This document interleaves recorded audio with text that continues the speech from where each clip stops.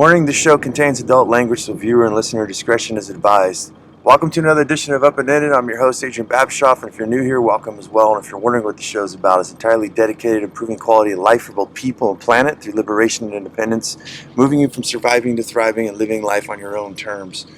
Today's episode 256, and it's a rant on freedom and quality of life. This is my last show here for probably about a month. I'm taking off, and because I'm seeking quality of life, I'm utilizing quality of life and freedom and independence and resiliency. I'm reaping the fruits of my labor, and this is what I want for everybody. I want for my children. I want for the world. All the people who are listening and the people who support me on the show, I just want to reach out to you and say thank you guys so much for doing so and for tuning in. And today's just really brings me back to the bones of where the inspiration for this show started.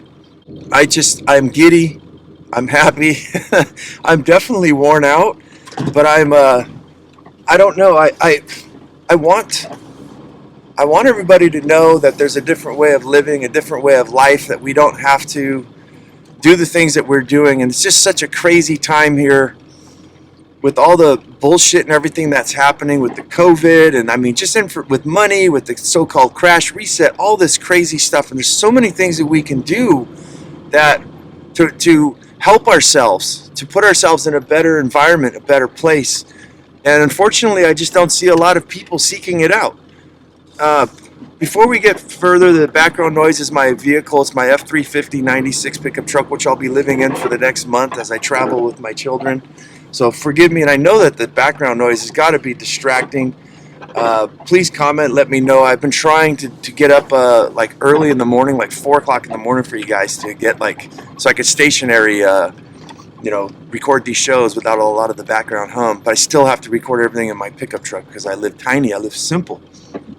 So yeah, because of all this crazy stuff, and me living my life, recording my shows, I don't know how much you can hustle, how much you can make the best of what you got than what I've been doing already, of recording my shows in my vehicle, just hustling up, owning my own business, making good money, working my ass off basically, so I can have this time like I am right now.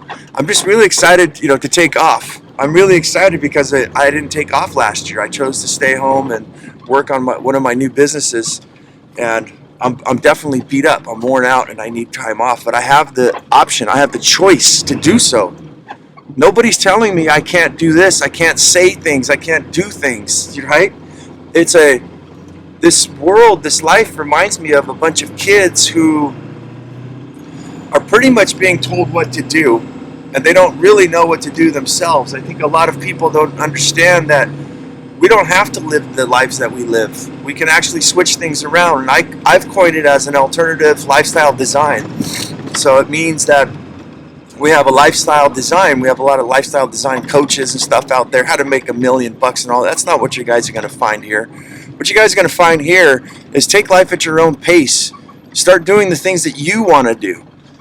In life, where there's a lot of things that I do that I don't want to do, like get up at fucking 5 o'clock in the morning every day, but I don't really have to. That's the thing, is I can actually sleep in, which I've done because my mini retirement had started about 2 weeks ago, and I've been napping.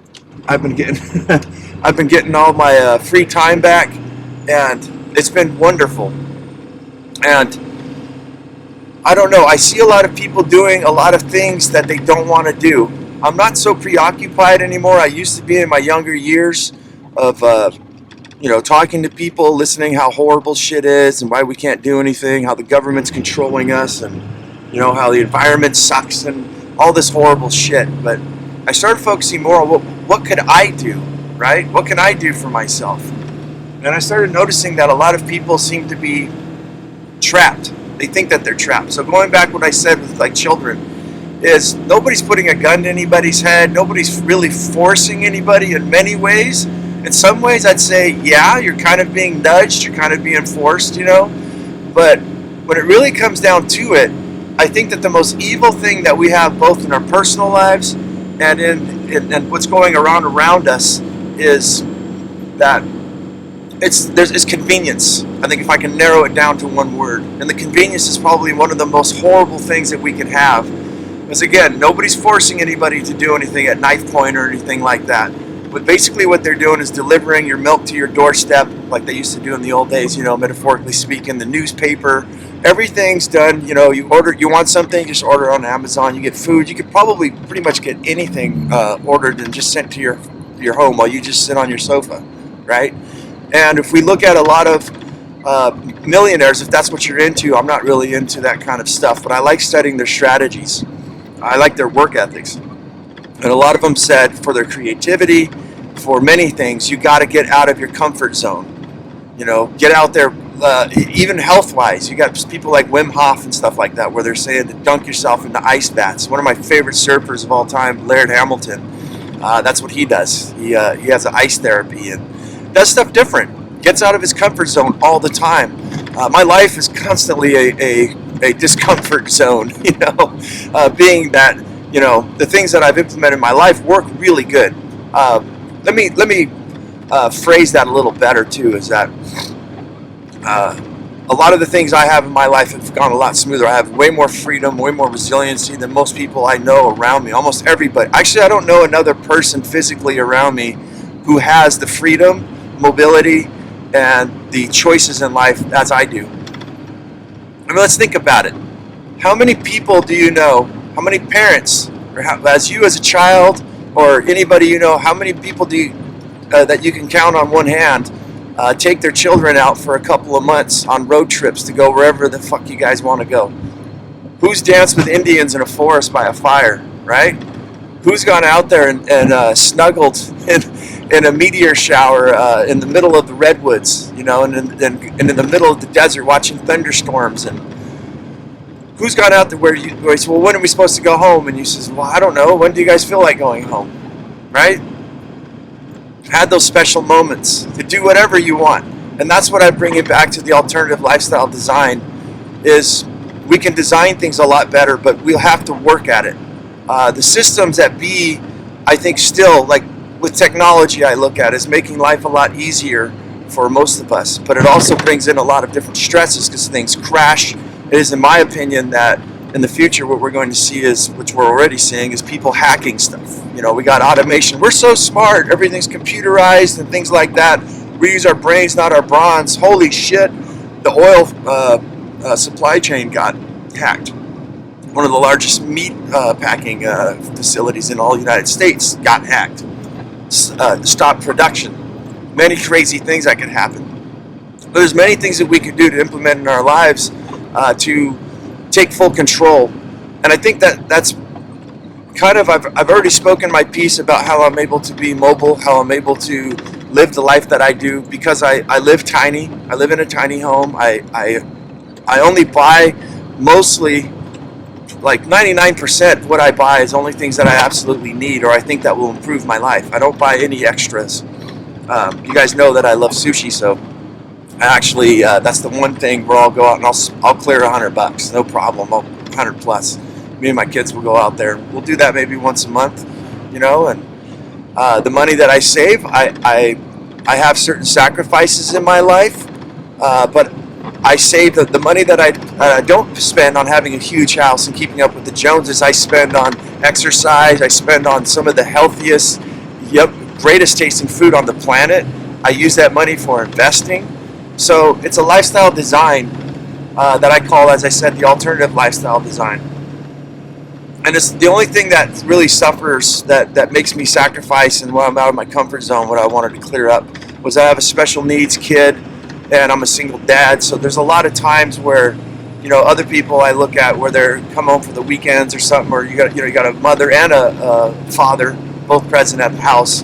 Things are relatively a lot smoother. There's two incomes and things like that. Where me, it's one income, and I'm changing diapers, I'm meal prepping, I'm doing everything. So sometimes, a lot of the times, I'm out of my comfort zone. Having a special needs kid too, for doing anything, recording these shows. I can't record these shows inside my tiny home because my kid will constantly be interrupting me. So I get a break from her, any break that I do, and that's when I try to do these shows as much as possible. So, yeah, I mean, I'm really, I'm really excited. I'm really excited to get this road trip off. But what I'm not excited about is leaving you guys. What I feel is hanging. I wanted to pre-record a bunch of shows in advance so that I had everything set for you guys, and it just didn't seem to happen this year. So I guess we're not going to be recording. I should be back till mid-August, I think, or first week of August. I'm pretty much just going for as long as I want to, but I've got to cap it off probably no more than a month. So we're going to go traveling up north, up the PCH, the Pacific Coast Highway. We've traveled around. What I've done is we've scouted out a couple areas. I have some places up north where there's like a bunch of driftwood on the beach, so people have made all these giant huts, and I mean like giant huts, like 15 by 20 foot huts out of driftwood and things like that, tied them up, nailed them together, and really cool stuff. So we're going to go there, see if we can add to some buildings and things like that. It looks like dinosaur bones on the beach. And we've got another area where it's very, very treacherous, very hard to get to, but in the middle of nowhere, and that's why I'm not doing the shows. There's no cell reception. There's no internet. There's really nothing. It's so deep that I have to take an InReach Mini, is what they call them, and it's a little pager that you can take, and if you got lost in Antarctica, whatever, you hit some buttons, they'll find you. They can pinpoint you on satellite within 100 foot perimeter. So I give that to my kid when I let her go hike out, even though she's only probably about a quarter mile, half a mile away from where I'm at, just taking it, walking down trails and stuff like that. And it's where the redwoods meets the ocean. There's sea otters, there's elk playing in the waves sometimes, and these wild animals, and just free and clean and green, I think, is the thing. And it always comes back to me, bringing the conversation back to freedom and quality of life. It always comes back to me that the first time we ever went to these spots and we were sitting in the middle of the forest, and you can literally hear nothing except for the little rustling of the leaves on the ferns, you know, and the fiddleback ferns, and but what gets me is that it recharges you, and how happy we felt. And I think a lot of us don't get that. And I think a lot of us have been deep or programmed into the lifestyle that we have before us. And I just noticed how much my truck is squeaking. So sorry about those background noises. We need to get the show off the ground, though, guys. I know I'm leaving for a month, but I need to get some listener feedback. I need to get some reviews to get the show off the ground, because I would really like to do like long, really thought out instead of these short segments. I only do 15 minutes because I run another podcast. It's a family-oriented podcast, one that I'm trying to possibly monetize in the future, instead of this fun one where I get to say whatever the fuck I want. It's called the Resilient Living Podcast, for those who are interested and don't like the foul potty mouth.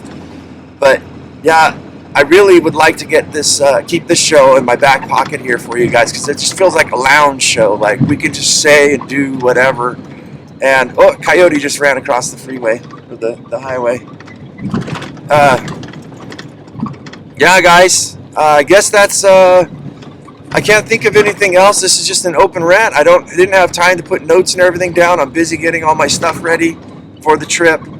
And just as I said, to have this feeling that I'm able to do these things. And when I wake up in the morning and I see my neighbors going to work, and I've talked to them, and a lot of them really hate their fucking jobs. You know, they're really unhappy. And I'm not happy that people are unhappy about this kind of things. But I know that there's not a lot of people that ain't going to do much about it. I think most people don't even know that they've been in their comfort zone for so long that you step outside, for instance, and if it's raining, you're like, I don't want to go get wet for a minute out there, you know? I don't want to go get hot. I don't want to get cold. My nerves are rattled. I'm already full to capacity with stress and everything else. And I think it's a perfect tomb. And I really do mean that. I think it's a tomb in the body, the soul, the spirit, the heart, the mind. I think it's a voluntary tranquilizer, as Jeffrey says on 12 Monkeys. Electrically powered sexual devices. Well, what are we for then, Jim? We're consumers. Look, kneel down, pray, obey, commercials. One of my favorite characters in a movie. Yeah, so I don't know, guys. We got to get out there. We got to get some more freedom. I hope that that we build some community out of this show. I hope that there's other like-minded people out there that we could all learn from each other. We could all feed off of each other. It gets pretty lonely sometimes, I'd have to say. But I've talked about this in the past, and I really do believe that this way of life, the alternative lifestyle design that I speak of, I don't think it is for very many people. You know, I think it is for very many people, but I don't think there's very many people attracted to it. I used to post on Facebook and stuff a lot of the good shit that I know about how people are jungling the jungle, reforesting the deserts, greening the deserts, and all these kind of things we can do to save animals and insects in our environment, ourselves, and a lot of positive stuff. And I noticed that a lot of people didn't want to, they didn't even adhere to it. Got a lot of likes, not really much comments. And it seems like I've done this test so many times now to where I think that people are comfortable sleeping in their own tombs, in their own fucking coffins. And it's just my opinion. But if you've been listening to this show and you're attracted to something like this, maybe you know that there's something missing and something wrong in your life. You know that there is. And you don't know what to do about it. You need to find an example out there, because when we all go out looking, what we see is a bunch of Grant Cardones and stuff like that. These people who I respect to a degree. I like some of their work ethics, as I said. I like some of the information that they give me. But these guys are flashing out an unrealistic life, and they're making money off of it. If I had a life like that, which I actually wouldn't want, but if I had $1 million, 150 million or whatever the fuck it is, I wouldn't be sitting around like showing people. I'd be out there doing stuff, right? I'd be out there. I'd probably throw my fucking phone away. I'd probably be out camping every single fucking day. But bringing it back on track here is, I think people are stuck. That if you're here and you're looking for things, that's what I've said on this show before too, is I want to be a sort of ambassador, a sort of person that people can look at and say, well, how do I do this? Where's an example? And the example's right here, guys. You're looking at it, you're listening to it. You're able to do what it is that you want to do. You're able to stack functions, as we like to say on this show, where you're able to do great things that help the environment, help your community, help you, where things maybe where you're making money, and you're also cleaning things up. You're leaving the space that you're in better than the way you found it.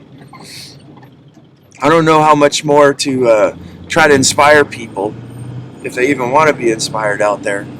But when you get the feeling that I have right now, when you're on my side of the fence and you're getting ready to take off and you don't know when you're going to come back and to see the things that I'm going to see, I think it really wakes you up. It brings you into a space of, well, how much more can I do? How much more freedom? Enough is enough. That's what I think is probably the power, and I'm not ashamed or embarrassed to say it, the power that I have in my thoughts is that I know what's enough. I know that I've sacrificed big money and time to spend with my children while they were children. I have a 15-year-old now, and it's turning into 16 next year. And already I know that my child wants to go out with their friends more than hang out with me, but they've got what they've gotten from me. I've helped them out. I've shown them, exposed them to things that they'll probably may not ever see again, because maybe they not that they can't go get it themselves, that maybe it won't be available anymore. Like dancing with Indians around a fire and being chiefed by a chief, being blessed by a chief, being smudged with what's that stuff called, the herb that comes from the side of the mountain.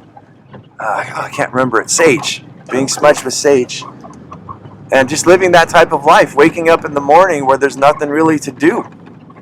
So, but go out there and have adventures. And I think it's this time that I've spent that I'll never get back. I live a life of regret, elimination, basically. One of the things I've done is I've listened a lot to the dying regrets of older people. And one of the things that I didn't find in there was regrets that they got in a divorce, or spent time with their children and things like that. And what I've looked at is the time that I've spent with my kids, I will never be able to redo. Time doesn't give a shit about us. It never rewinds. So I've spent that time with them, and now the oldest wants to move on, and now it's my time to possibly to do whatever I want. I think that's when I spoke about postponing retirement. I'm in my mid-40s. It's not that I didn't make a lot of money. I made really good money. I've got enough money to invest in things like that, but I didn't make huge amounts of money because all the focus, all the power, the attention of my mind gets into those type of things, and then it lacks from my kids. And I've already experienced that to a degree where my kid is trying to speak to me and my brain's already going off on, as they're talking, I can't even hear them. My brain's going off on to what do I need to do tomorrow. And I know this happens to a lot of people, and I think that's the problem, is that our relationships and things like that, we know that a lot of us are disconnected. And doing what I'm doing right now, going out into nature for an entire month and decompressing from everything, really resets your batteries. And I think that, as we call it, the matrix over here, these are the things that will bring you back into existence, I think, to wake you up so that you can be aware of yourself, your surroundings, things that need to get done, things that you want to get done. And there's no other way. There's no other way than to get away from it all. And it reminds me of when I studied about organic foods and things of that nature. I think it was Food Matters was a movie, and one of the nutritionists said, who was a doctor and quit because he just couldn't take it anymore, he said that eating organic food reminded him of as if he had a cold for 25 years and he couldn't taste anything. And growing your own food and eating more organic and not so much processed food and things like that, it wakens you back up. And I equate this to the same of where we're living right now and what the things that we're doing. The things that we're doing, we're so asleep, we're so numb that we don't know what it's like to feel awake, aware, present with ourselves, with our children, with our relationships, with nature. And I think there's no other way than for you to get out there and spend time in it. And it's scientifically proven that it helps people's lives. It lowers blood pressure. It relieves serotonin in your brain, in your body. So I'm rambling on. That's the show, guys. I will be back. Thank you all for listening and things like that, and supporting while I'm gone. If you do guys have the time and you come across this show, I really, really would appreciate you guys to help me out, like I said, and give me those reviews, right? And comment if there's stuff that you guys really want to hear about. How do I do this life? As I said, I'm not a millionaire, I'm a thousandaire. And I get to do whatever the fuck I want. I'm almost in full control. I still have to pay taxes, and I don't run stop signs and things like that, but I get to do whatever the fuck I want to do. And this is what I want for other people. And I'm sure you guys are curious. And when I think about it, looking at a movie star, a rock star, these millionaire guys, standing, don't do two chicks at the same time, here's my Lambo, whatever. Then you got a fucking dork like me standing next to a fucking truck that's, 30-something years old? And it's free and paid for, though. And I get people offering me $20,000 for it, and I won't sell it ever. It's my Viking ship. They'll bury me in this fucking thing with a bulldozer. You have somebody like me, a bald-headed eagle, flying fucking free. Don't you want that? Don't you want freedom? And if you want to be a millionaire and you want to do all those type of things, you want to get ahead and you really want to tackle life, I really think that if you guys live the life that I do, it would give you so much more time to focus on those type of things. Because you don't have much to do. There's not much to take care of. The overhead is super fucking low. And I guess the point I want to make is you can always go back to living in the rat race. I guarantee you, the majority of you will not make that transition back. Once you get to where I'm at, it's infectious. And you're going to ride that pony all the way to into the sunset. You're not fucking turning back. And I think there's very few things that can convince you otherwise. Other than the one thing I will say is that it does get lonely because there's not a lot of us out here. And we need to start focusing on the real things like our health, our spirituality, our time. I think we're just, a lot of us aren't going to be movie stars and rock stars and rich people. There's just not enough room for all of us. But a lot of us can be free. A lot of us can improve quality of life. We could be thousandaires, hundredaires, to know, as I said, very powerful. Enough is enough. How much is enough? I think some people always need more. Or I love what was that movie, Avatar, Unobtainium. They're after, they want to be rich and they want all these things that are outside of where they're at.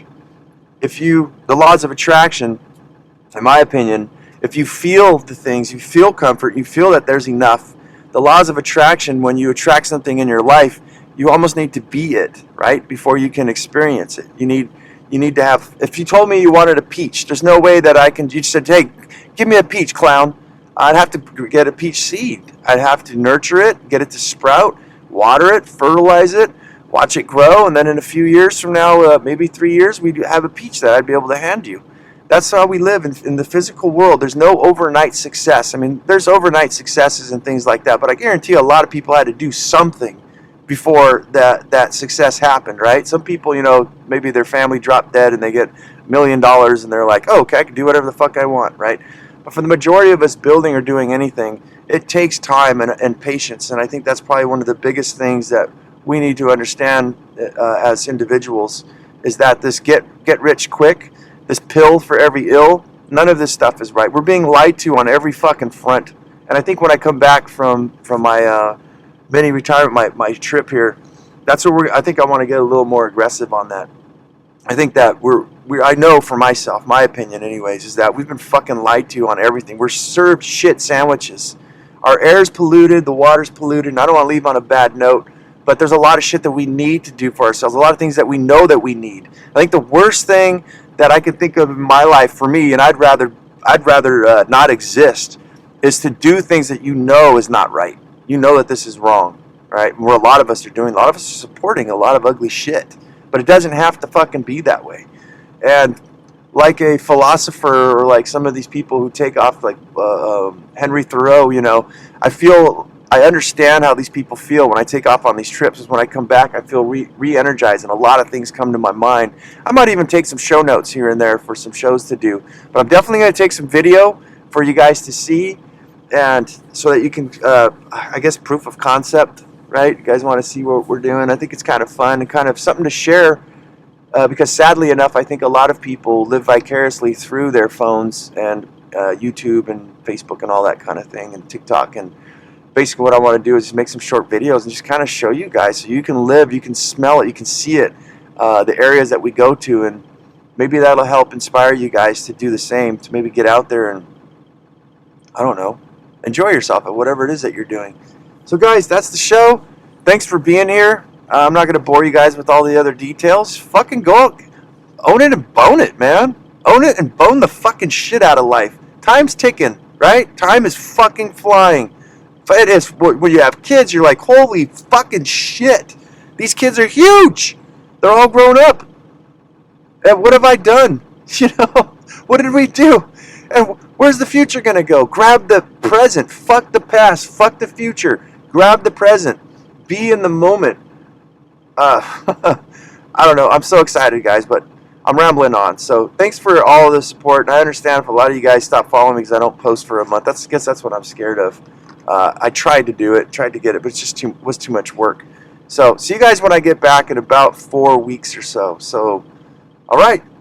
Hasta la fuego.